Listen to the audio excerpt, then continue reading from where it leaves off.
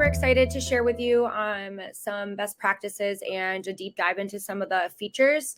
I will be working through my demo account most of the time. So I'm just going to be working through like a full flow for you guys. So I'll take you all the way through, estimates, takeoffs together, setting up the payments, invoicing, purchase orders, retainers. And then as I'm doing that, because obviously I'm not on my phone, I'm just going to be calling out things that we can do and that are available in the mobile app. And again, just like Cameron said, if you have any questions, feel free to ask. I'm going to start off going through my leads. So I'm assuming that I'm starting a new project and I haven't yet won the project yet. So we're going to start off in the leads section. I'm going to go to all leads to access the project that I'm currently working on. You can see this top one here. This is the one that I'll be working with. It's Builder Academy bathroom renovation. My client, Ted Lasso. So he needs a bathroom renovation. So I'm going to be creating a takeoff and then seamlessly transferring that into an estimate to gather accurate pricing. So of course we know for the takeoffs, that's going to be super essential for us to be able to determine how much material is needed.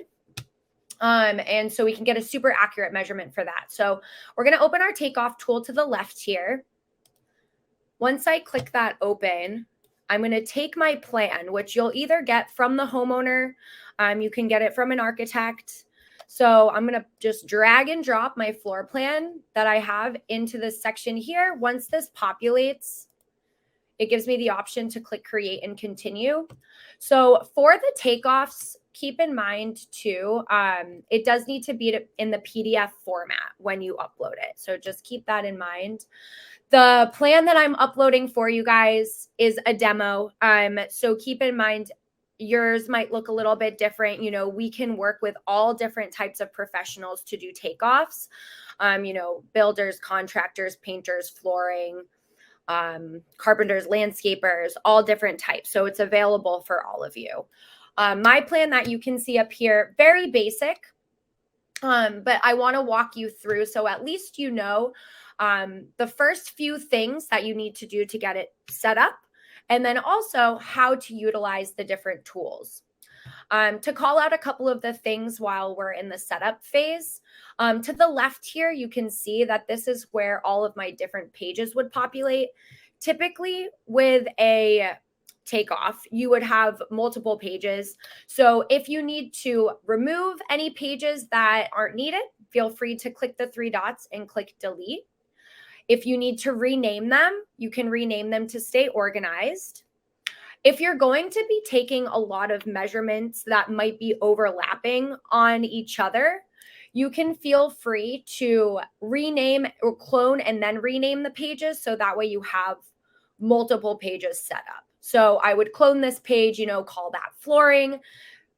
The next page would be the same thing, but we'll call that, ceiling. Totally up to you how you want to organize it. So that's step one. The next two steps are essential.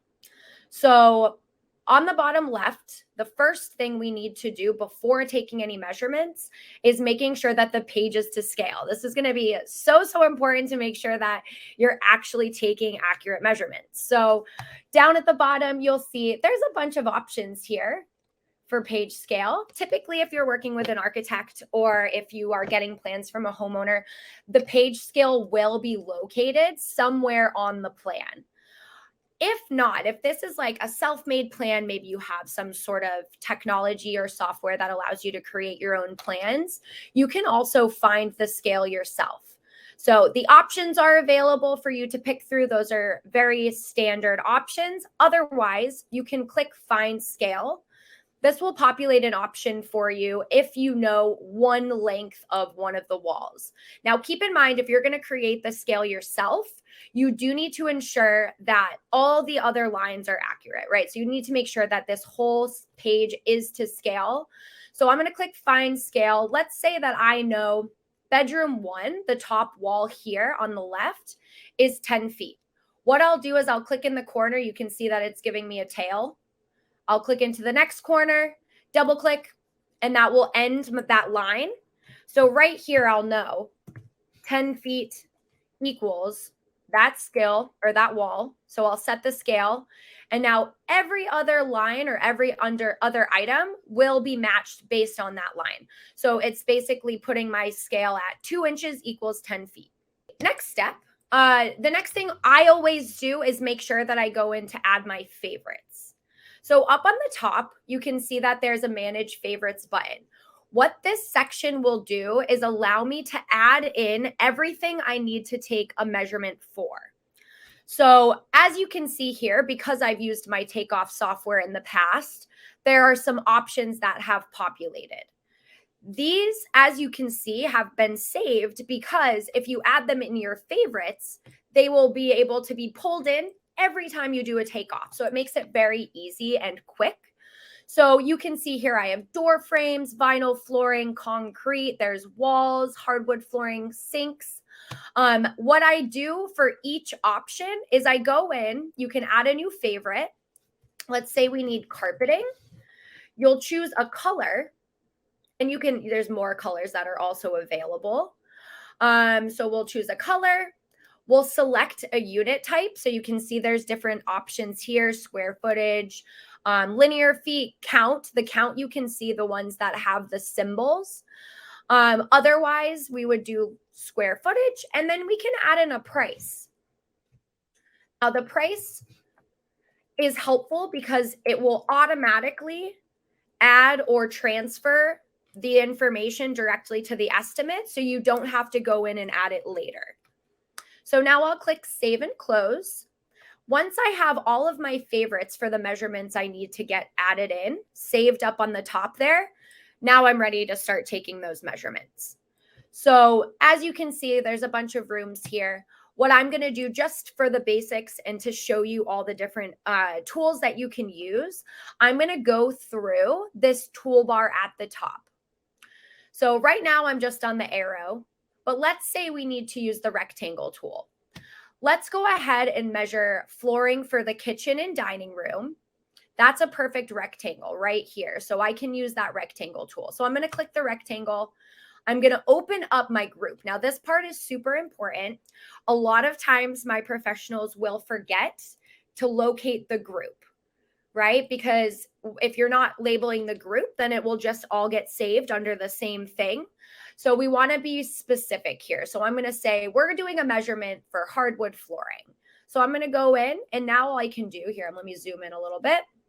Start in the corner, drag, and drop.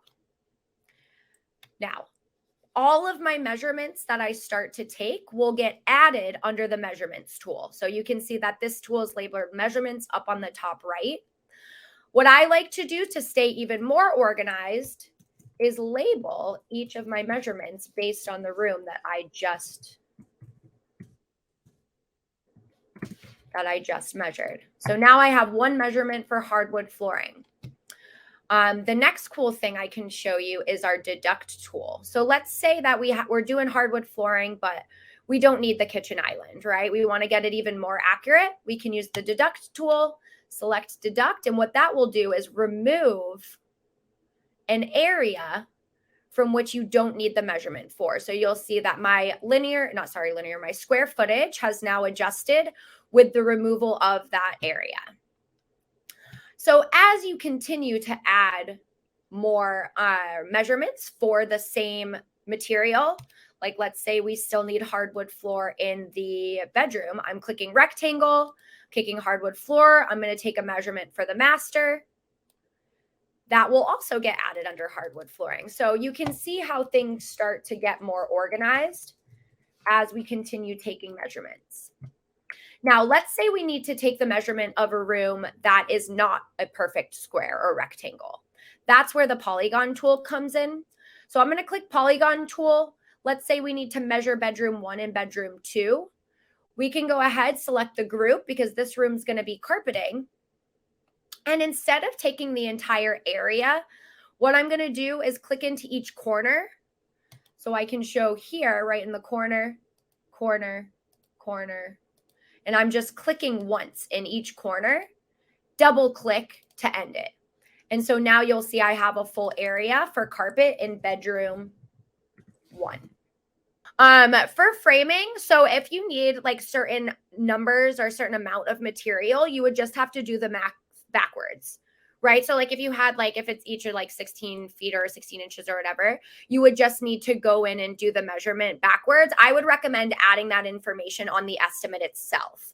This is going to be specifically for like gathering like the area or dimensions of something, if that, hopefully that answers the question. Same thing with like studs. Okay, next stage. So that's the polygon tool. You can see that now my labels are coming together under the measurements. We'll continue moving forward. So next would be the length tool. Let's say that we need wall paint in bedroom 2. So I can go in, select wall paint underneath my options for groups. And I'm going to go in and do the same thing that I did for my polygon tool. I'm going to click into each corner. So you can see my tail has started, click into each corner. The cool thing about the linear foot tool and the polygon tool is it can also go around curved edges. So if you ever need to do like, you know, some sort of like curved wall, or if you're doing landscaping, you can absolutely use any of these tools to be able to create that curved edge. Okay, so we just added a line or a linear line for wall paint in bedroom 2. So I'm going to go ahead, label that clearly. There's one more step that we'll need to do here. So because this is only taking the linear measurement of bedroom 2, in order to add in that height dimension, these little squares that you can see that are populating next to each of my measurements, you can click into there and I can add height, width, depth, or pitch. So I can go ahead and click, you know, put like 9 feet. Done. And so now you can see it has a linear measurement and a square footage measurement for wall paint in bedroom 2. That is pretty much it for the measuring tools. So rectangle, polygon, and length, again, just for dimensions measurements. Anything additional that you need to add to the estimate, we can do after. Next step, last one for the measuring tools is going to be the count. So under the count, again, this is going to just be anything that you're going to be taking account for. So you could do like outlets, sinks, door frames. Those are the examples that I have, but really anything that you need to count for, you can add in. So these ones, for example, like let's say we're doing some door frames. It has a symbol, this triangle that's red. So I can go in, make my selection for the group. And then under all of the areas that I need door frames, hopefully you can see that good enough. It's adding or dropping that triangle in all of those areas. And those counts are getting added up at the top of my measuring tool. So now I have all of the measurements added here. There's a couple more items that you can absolutely do. So you can annotate if needed. So this will add in like a little text box wherever you drop it to add in some notes. The undo tool will undo the most recent thing that you just did. And then once you're ready to, you've done all of your measurements, you've uploaded them, and you've got everything saved under your measurements tool, that's when you can go to the next step and estimate. So that portion of takeoffs is going to be finalized once we move over to estimates. So I don't know if anyone has any last minute questions before I move forward, but if you do, feel free to pop in. So if you have different doors or any sort of different materials, create those specifically under your favorites. So if it's going to be, you know, XYZ door frame versus ABC door frame, mine are obviously very simplified due to it being just a demo, but you can just specify the door frames for each of the measurements. So that's super important. And then as far as like the cost difference goes, you would input that separately for each one as well. But yeah, be as specific as you can within the takeoffs. Okay, so next stage would be to estimate, right? So now we have all of our measurements. We have everything included that we need. So I'm going to click review and estimate. that's going to bring us to a page where we can email ourselves the markup. So you can see, or you can either download it into an Excel doc, email yourself the markup so that way you can reference them later, or start a new estimate. I can see another question pop up. Hold on one second. Need play with the numbers, show the quantity, which will show that is going to be the exact kind of same way. The Takeoff software is specifically to make the measuring of the dimensions easier. So like essentially, yes, like you would be calculating the studs yourself. Obviously, unless they're included like within the floor plan that you've uploaded. Okay, so estimate, I'm just going to click start new estimate.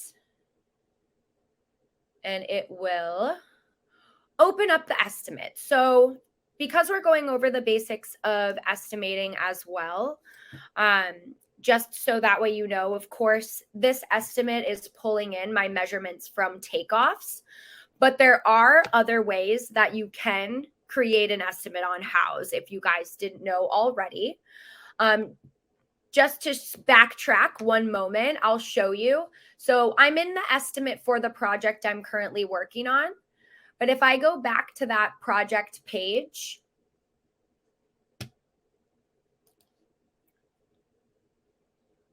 oh, it's going to bring me all the way. Oops.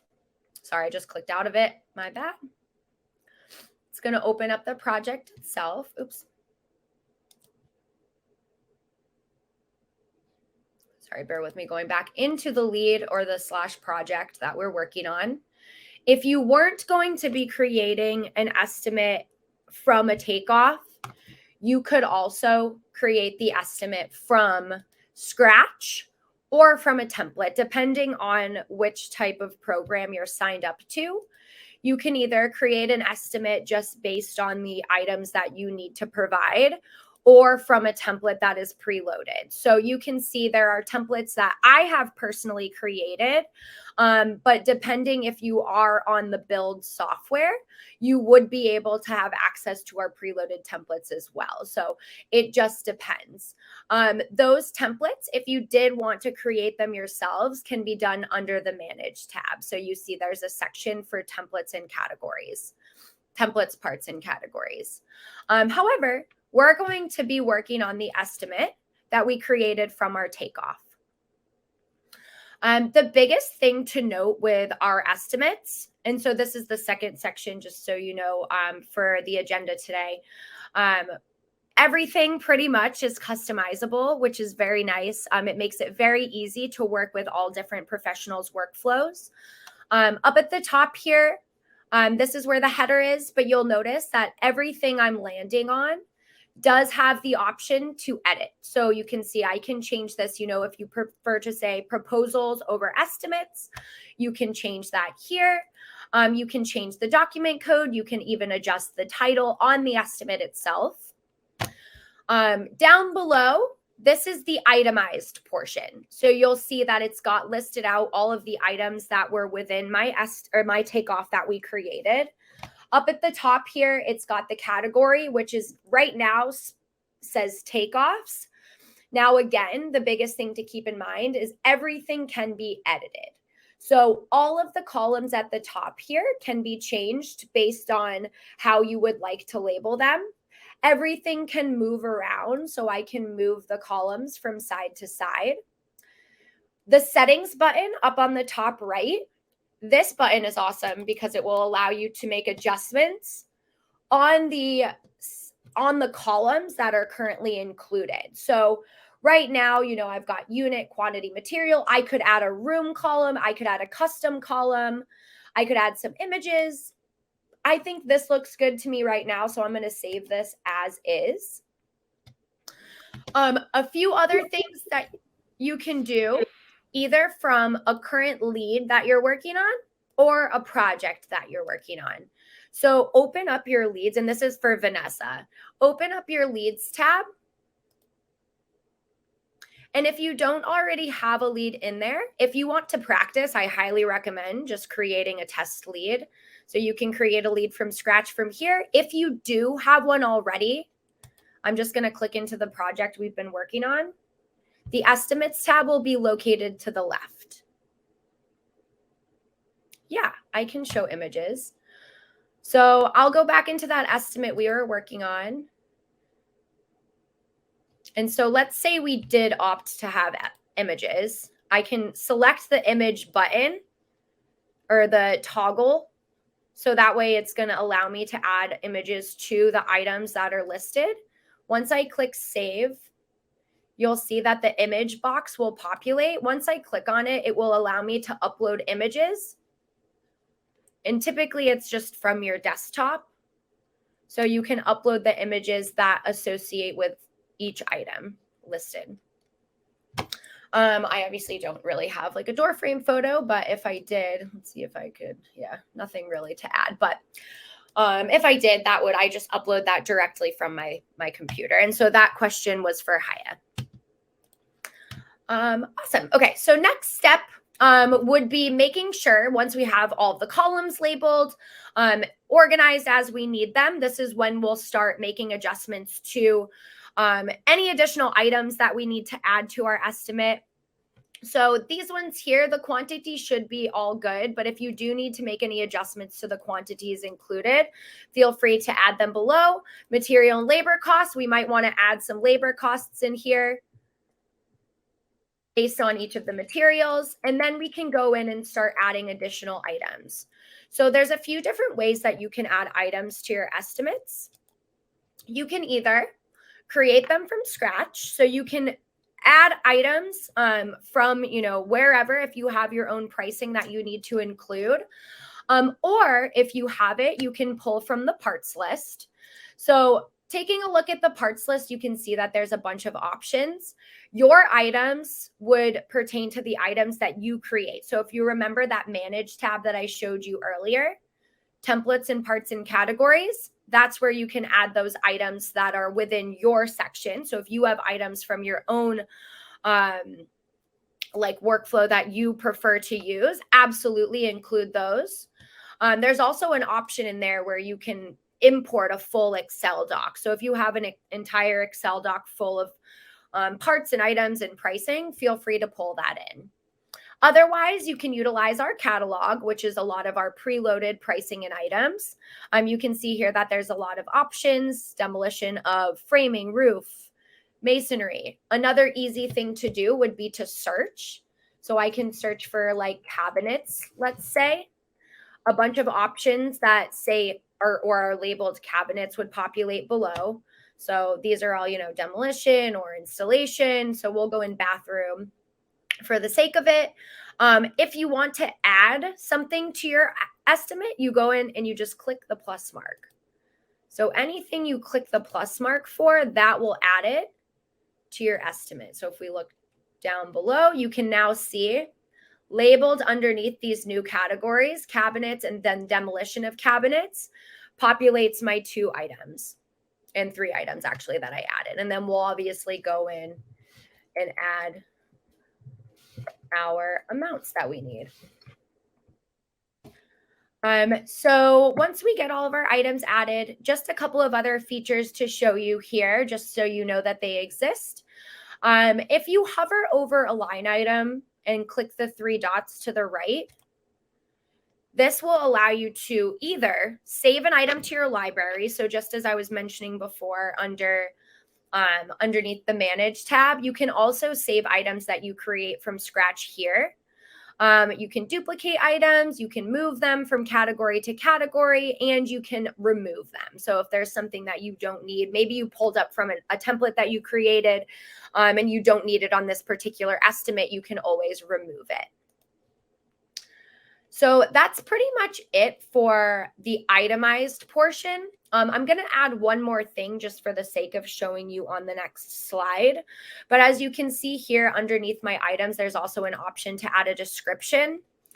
So if I go in and add a description underneath my items, we want to keep in mind that all of the all of the information that we're currently looking at on this editing page, so you can see up at the top, it says edit estimate, are for my eyes, me as the professional, and my team members' eyes only. The next page is where we're able to customize how much information we actually want to share with the client. Especially like, if you want to add a markup, we can add a markup either individually per line item, or we can set a value to add a markup for the entire estimate. So this information is typically, or sometimes will be more private that you don't want to share with the customer. So totally up to you how much information you want to share. And I'm going to show that at the end. There's just a few more things that I'm going to jump through. So down below, we've got our estimate all set. All of the line items look good. All of our items are added. Down at the bottom is going to show our total. Underneath that is going to be our setup for online payment. So if you joined yesterday, I know that Mitch went through estimates. We have a question from Christy. Can you create an estimate that shows the description of the work, but not the individual pricing? Yes, absolutely. Absolutely. So I'll be going through that on the next slide when we show up the preview and share option. For now, everything that is included is, again, just for the professional eyes only. The next pages we'll make adjustments to the specific either descriptions, pricing, line items that you want to include or not include for the client. Okay, so next thing, and this is one of the next items that is included on our agenda for today, and that's online payments. So I know Mitch showed you how to set up, if you joined yesterday, set up online payments. So that way you can accept payments directly on your estimates and invoices. So just in case you don't know, it's located underneath your little logo or profile picture at the top, and under settings there's an option for online payments where you can add your bank account or credit card info.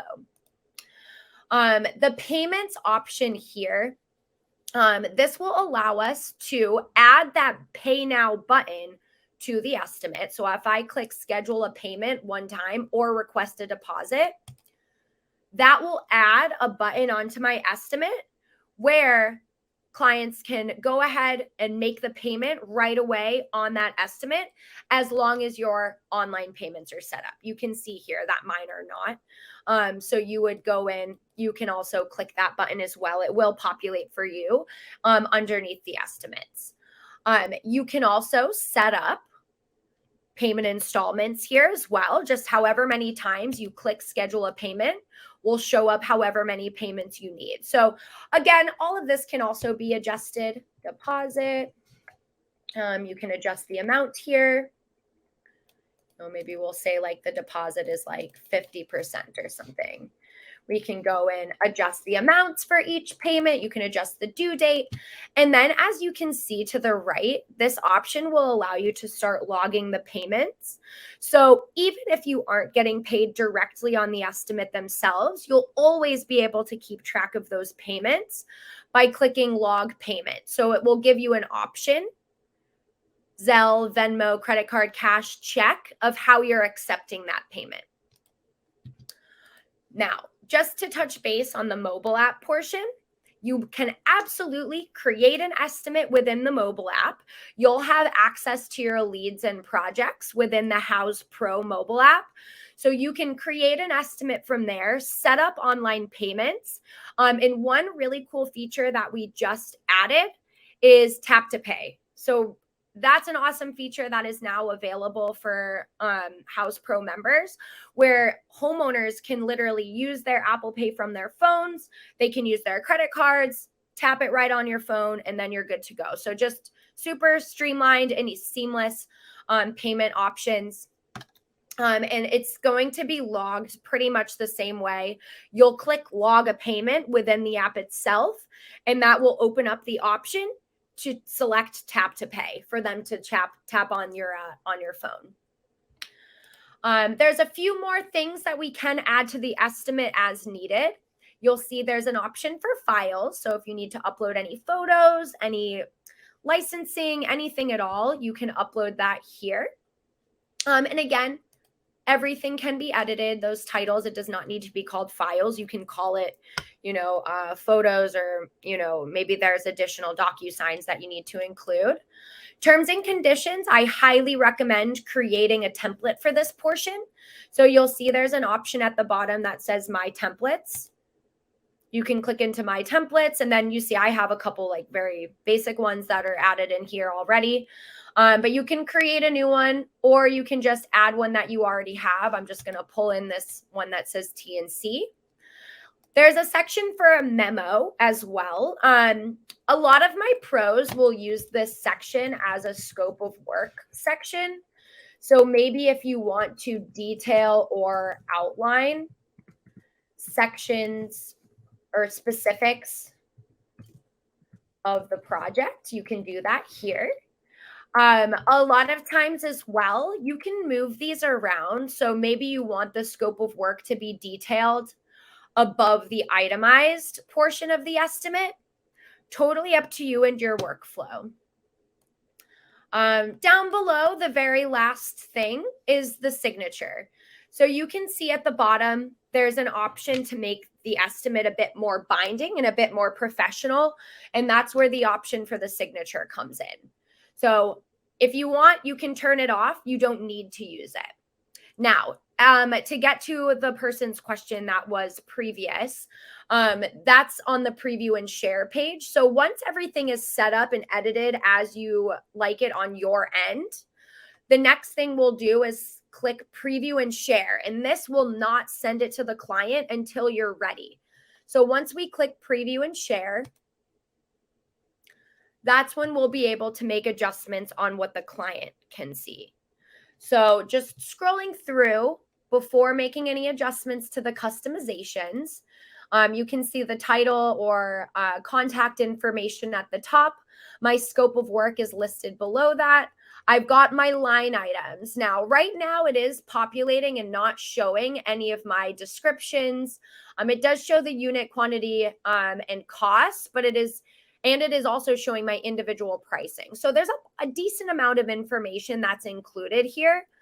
If I want to make adjustments to this section, underneath the customized portion, this is where I'll click into settings and I can go through the options. So under approval, that's where the electronic signature is also an option.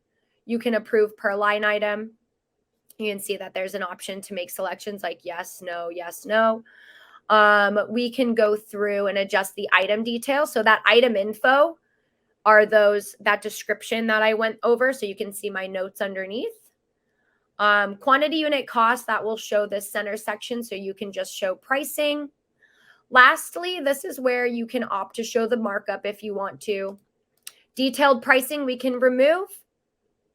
Detailed breakdown, or just total pricing. So totally up to you how transparent you'd want to be. A couple of other things that are populating on the estimate down below, we've got the total. We've got our payments that are populating at the bottom of the page. With the Pay Now button, that's that ease of use for your client to start making those payments right away. We've got my terms and conditions and signature.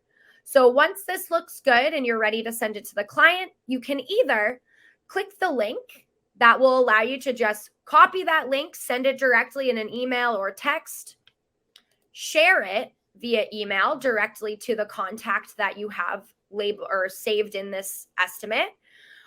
This will, you can adjust the information that's included in the text as well, of course. Send it out, download it as a PDF. I like to show just what it will look like to the client. So if I click in a new tab and just paste that link that I saved, you'll be able to see exactly what the client sees. So up at the top here, you can see there's my approvals. I can pay now, send a message. I can see only the information that my professional provided me. Got all the information that I saw on that last page. Once it's good to go, I can click approve and sign. Once I approve and sign it, it will be labeled as approve and you will get an email. Now you can see it's approved on my end. The next stage right? Once we approve the estimate, is to label it or transfer it over into our projects tab. So to show you the next features that we're going to be going over today that Cameron mentioned in the agenda, for invoicing, purchase orders, and retainers, we will be transferring over to the projects tab. So now we're in the lead section. So I'm just going to go back to that project page. And now assuming that this project has been won, bringing me back again to the takeoffs. Assuming that this project has been won, the next stage would be to click I'm just going to go back to the leads page. It's glitching a little bit. The main page here, I'm able to see on the front page of my estimates that estimate was approved. So now I'm going to convert this lead to a project. So I'm going to click the project tab. I'm just going to skip this information for now and click convert. And that will open up my projects tab. Now I'm going only through a few features here, but just to call it out, you can see that there's a bunch more features that populate once I'm in the project management page. This lead, you can see the next tab that's highlighted is projects. So this is where I'll be able to reach this project from here on out. So the next thing I'm going to do is send out the invoice. And then I'm going to create, for an example, a retainer and a purchase order. So once this estimate has been approved, of course, your client can start making payments directly on the estimate. But let's say it's good to go and we're ready to create the invoice. What we can do, you can create the invoice directly from the estimate itself. So since this estimate has been approved, invoicing is pretty much exactly the same process. So once I create the estimate, the easiest way to create the invoice would be to create it from the estimate itself. There is an option to be able to create invoices from scratch directly from the invoice tab. So again, it's going to be the exact same type of process as you would create an estimate, but instead you would be creating an invoice, which would be more of like a bill. Now, because I already have an approved estimate, I'm going to be creating my invoice from there. So let's open up the estimate, the approved estimate, and I'm going to go in and create my invoice from here. Once I click on this button, you'll see that it will give me the option to transfer my payment. So I can opt to invoice only one payment at a time. And you'll see that these buttons will give you the option to transfer or cancel. Because I'm still waiting on all of the payments, I'm just going to go ahead and create the invoice for the entire estimate. If someone had already made the payment, if your client had already made the payment, then you would only need to transfer or to be paid on the payments that hadn't gone through yet.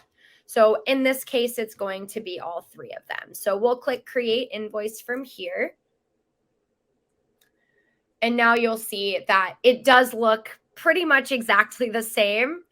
It's going to have all the options to be able to adjust or edit or customize the header section, the line items, the costs, everything can be adjusted. And then down at the bottom underneath my itemized section would also be my payments. So same deal, you can make adjustments on the invoice itself.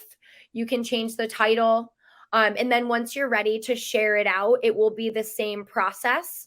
Click the preview and share button. Decide, you can click the link again to send it out. Adjust the amount of information you'd like to include for your client, and then submit it. Just to go back to the editing page as well, you can start logging those payments down below once everything has been approved. But before I do that, I do want to show you how we can apply a retainer. So we've got our estimate that we transferred into an invoice, that billable invoice that we sent out to our client. Let's say that we're working on, maybe we have a sub that's working on some design feature of the project that we're working on. Basically, I think I answered these. So it shows the description of the work. Oh yeah, I think I answered that. Okay, so we can go in and start creating a retainer. The retainer would be assuming that we have some work that needs to be done that requires a retainer. But I just want to show you how we can apply that to an invoice. So super simple. We can go in, click retainers and credits. For the builds pros, it's typically going to be retainers only. Credits are typically for design. In this case, we can just say we're working with like design build. So quick and easy, click new retainer. This is where you can make sure that you are getting paid for that future work, right? So this retainer item, it's going to work pretty similarly to invoices and estimates where you can make adjustments to each of the sections available. You just hover your mouse over it and you can see. So let's say, maybe this is for some design work we're providing. We can adjust, the quantity might not be necessary. It might just be hours. And then the cost, maybe it's going to be like a flat rate of like $500. So you can add in those specifications as needed. Once we set up the retainer, we'll be able to apply that to our invoice. So all of this looks good to me for now. It's going to have the payment automatically added for that $500 retainer. The additional information is going to be available below, just as it was for estimates and invoices. Once you're ready to set up that retainer, you can do the same thing, preview and share. We'll just copy that link. Maybe they'll let me know it was already approved, so we'll open it up. I can click the link in another tab. Check it out as if I was the client once it loads. And that's when I can start making those payments. So let's say that we started making that payment. So just for the sake of logging it, I'm going to log the payment manually as if I were the professional. Let's say that maybe they gave me cash. So they gave me cash for the retainer to start on that design work. We'll click done. And now this is where we can go ahead and apply it directly to the invoice that we have. So let's go back to the invoice. So I'm going to go back to my projects page. It's going to load up the main page for me, and I'm going to click into the invoice. So right now it's on the retainer. You can see the status on the front end, paid $500, and it will give you the date as well. So let's go into that invoice where it was created. My invoice was sent. I'm going to open it up and I'm going to apply that retainer. Open it up. All right. Scroll down. Now that's where I'm going to start logging the payment. So just as I logged the payment for the retainer that I got the cash directly from the client, I'm able to log the retainer that's available to apply it to my invoice, right? So this just helps you keep track of the payments and what they're for. So in this instance, they did make a payment for $500, right? They made that retainer payment. So I'm going to go ahead, log that retainer, so that way it gets applied to my invoice. And then as you move forward, the client can continue making payments, whether it's on the invoice itself, whether it's through cash or check. You'll be able to keep track of those payments as you go. Lastly, the last item on the docket is going to be purchase orders. So purchase orders are going to be helpful to help you keep track of your agreed upon like pricing, your agreed upon parts and items that you need from certain vendors. Essentially what you would do is you would be able to create purchase orders from the items that you have listed within your invoices. So obviously, I mean, you can create purchase orders from without the invoice or estimate, but you can also create purchase orders, which is more typical from the items that you already have in your invoice, right? So that way you can order them, communicate with that vendor. You have a paper trail that locks in all of your pricing. And so you would just need to discuss with that vendor the specifics of those pricings, but super easy to do within Houzz. So you'll see that I'm in my invoice as we speak because I just logged that retainer. The next step would be to come up to the top where it says more actions and then create purchase order. So this is where I can go in and create a purchase order for any of the items that I need. And I will go in, and I already have some vendors that I added in here. You'll see Home Depot and Houzz, but you can create your own vendors, of course, from scratch that you'll include that are within your area. You can also select the items specifically and then create the purchase orders from there. So I selected door frames and hardwood flooring. So that will allow me to just select or create a purchase order from those specific items. So the next step would be to select the vendor. So let's say I need to create it from scratch. You'll see that there's a bunch of options for the information that I can include: the company name, website description. I can add in the contact info so I can send it directly to them. And then additional information. So any files or photos that you want to attach. I'm just going to select Home Depot for both of them. And then I'm going to go ahead, create my purchase order. And so this is going to create my PO for those two items.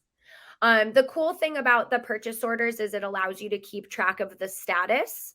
So you can either keep track of the status on the purchase order as a whole. So up on the top here under the due date, you can see that there's options for no status, waiting on quote, ordered, back ordered, delivered. All of those options are available, but you can also create or keep a status on individual items. So, you know, maybe this one was ordered, but this one was back ordered. That will allow you to keep track of the items as you go. And then once that is good to go, you can feel free to send or link it to the contact that you have included at that specific vendor. And again, the biggest thing with all of this is to ensure that all of your financial documents are linked and everything is able to be seamlessly all in one place.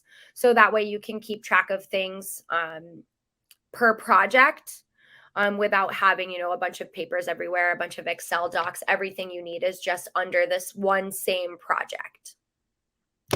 And I think that's pretty much it. The mobile app, purchase orders are not in the mobile app, but we do have full estimates, payment options.